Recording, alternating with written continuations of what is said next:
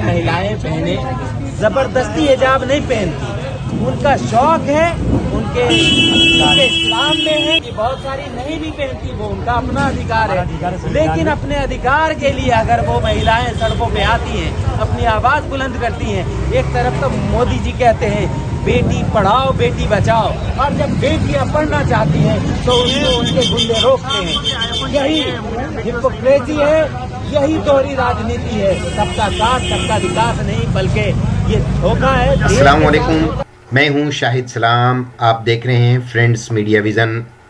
हक की बात में आज मैं बात करने आया हूं शाहीन बाग के हिदायतुल्लाह जेंटल और कनीज़ फातिमा से।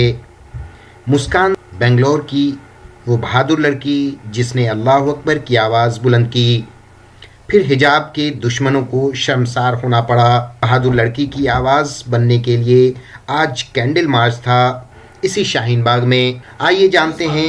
कनीज़ फातिमा, क्या हुआ आज जो प्रोटेस्ट करने जा रही थी आप? थैंक यू आप फ्रेंड्स मीडिया को कि आपने हमारी बातें पब्लिक को पहुंचाने की कोशिश की है।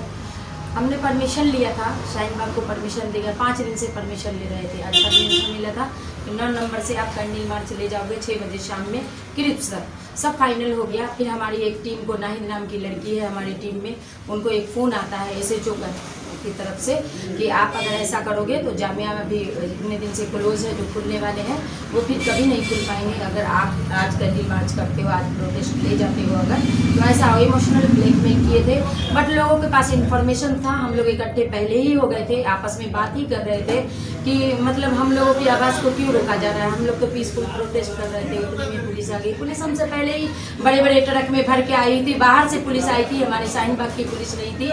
जो पुलिस भी आ गई, फिर पुलिस जिस तरह से करती है उसको देख के मीडिया भी आ गई। फिर पुलिस वालों ने तंग किया, इधर से नहीं जाना है, इधर क्यों रह रहे हो।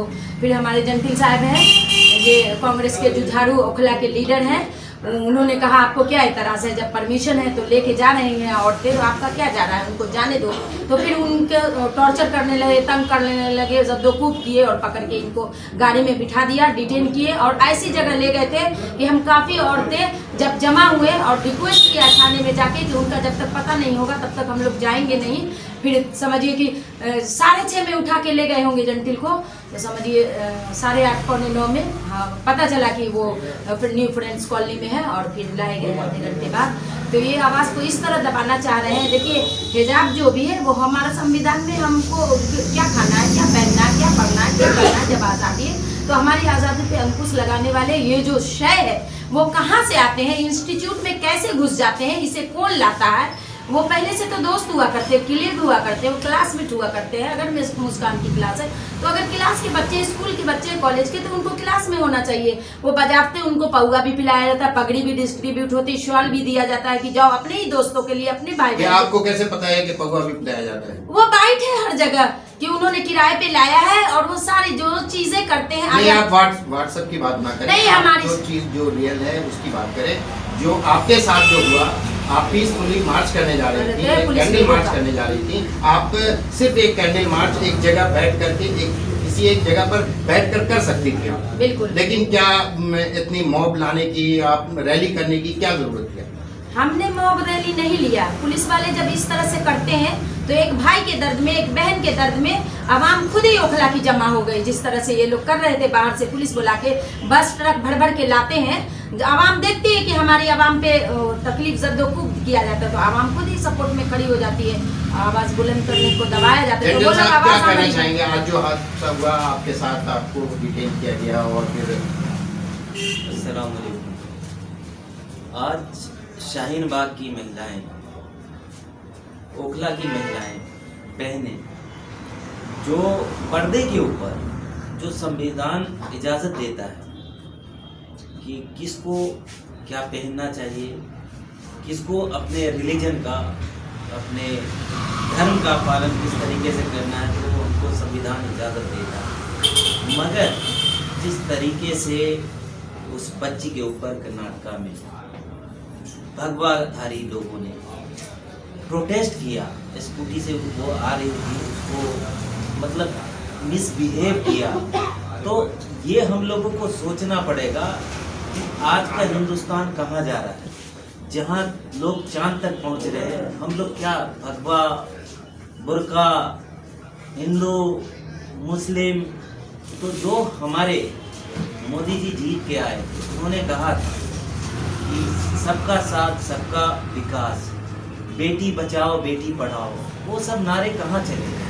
जो कहते थे कि हम मुस्लिम महिलाओं का सम्मान करते हैं, अगर सम्मान है तो ये कैसा सम्मान है कि जिस चीज़ की आज़ादी संविधान देता है और जो उनका धर्म उनको सिखाता है, किसी महिला को ज़बरदस्ती तो हिजाब पहनाया नहीं जाता। जब संविधान उसकी इजाज़त देता है, धर्म में उसके कहा गया और कोई ज़बरदस्ती नहीं है, और वो महिला पहन रही है, हमारी बहन पहन रही है, आप ज़बरदस्ती उसको कह रहे कि नहीं पहनो, तो ये कैसा सबका विकास है। आज हमारी नेता प्रियंका गांधी ने कहा कि जिस धर्म को जो मानते हैं, जैसा मानते हैं, जिसको जो पहनना है, पहनने की आज़ादी है, तो ये कैसा हिंदुस्तान हो रहा है। हिंदू रीति रिवाज में घूंघट कहा जाता है और हमारे यहाँ यानी मुसलमानों में हिजाब कहा जाता है, बस यही डिफरेंस है, लेकिन दोनों लगभग सेम है।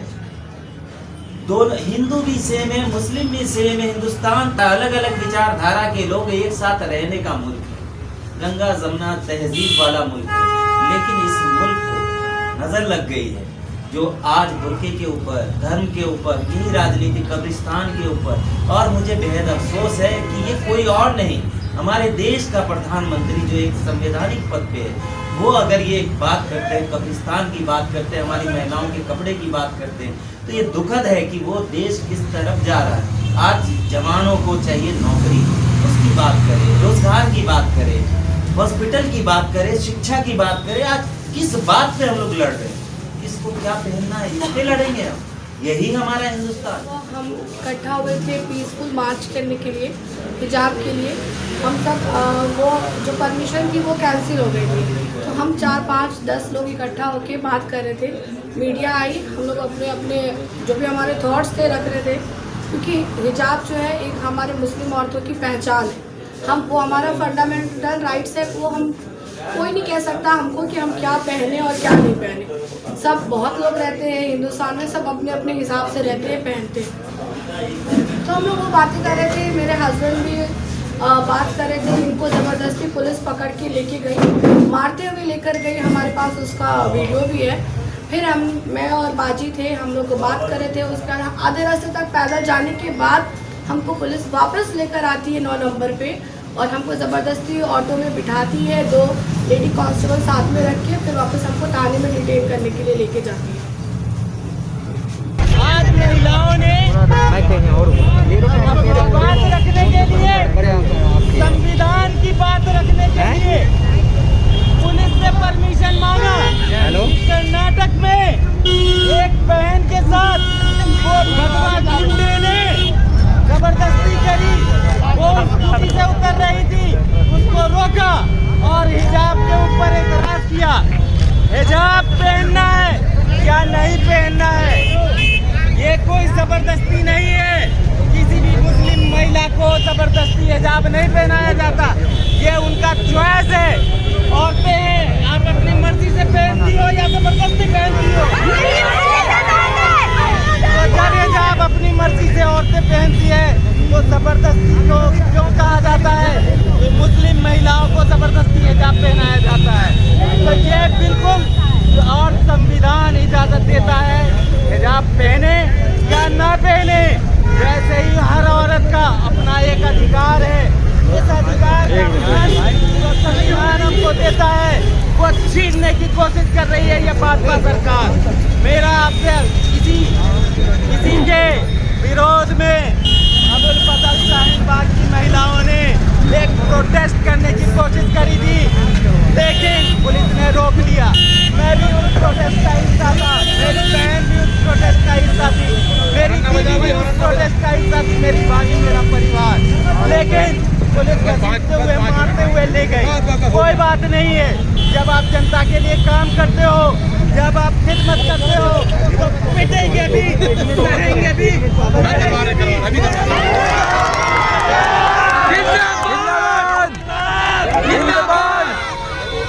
अब मेरा आप तमाम लोगों से निवेदन है कि आप लोग शांतिपूर्वक अपने अपने घर चले जाएंगे। ऑफिस आएंगे, ऑफिस अपने ऑफिस चले जाएंगे जहाँ पे भी। यहाँ हम कोई हंगामा नहीं करेंगे। अगर मैं पिटा हूँ तो कोई बात नहीं, मैं पुलिस को कहता हूँ कि वो आरएसएस की गुलाम है।